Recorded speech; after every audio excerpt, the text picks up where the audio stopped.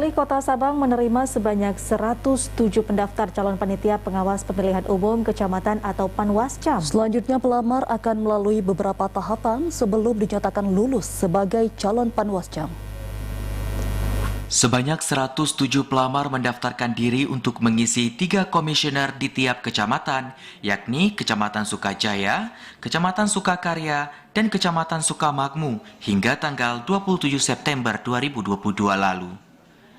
Ketua Pokja Pendaftaran Panwascam pada Panwasli Kota Sabang, Dasrul Rinaldi mengatakan setelah ini berkas para peserta akan diverifikasi oleh petugas.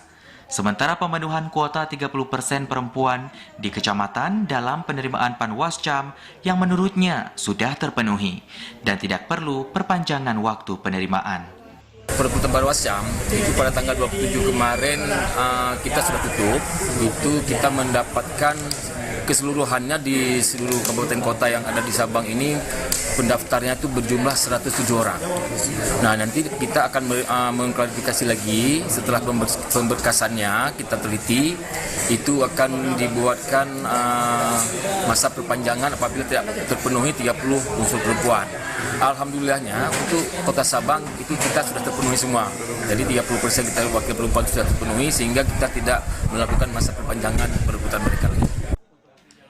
Dia menambahkan, kendati para calon diberi keleluasaan memilih kecamatan tempat mereka bertugas nantinya, yang bukan tempat domisili, namun pihaknya akan menetapkan komisioner Panwascam sesuai kecamatan tempat tinggal bersangkutan. Panwasli Kota Sabang membuka pendaftaran Panwascam dan menerima berkas calon mulai tanggal 21 hingga 27 September lalu.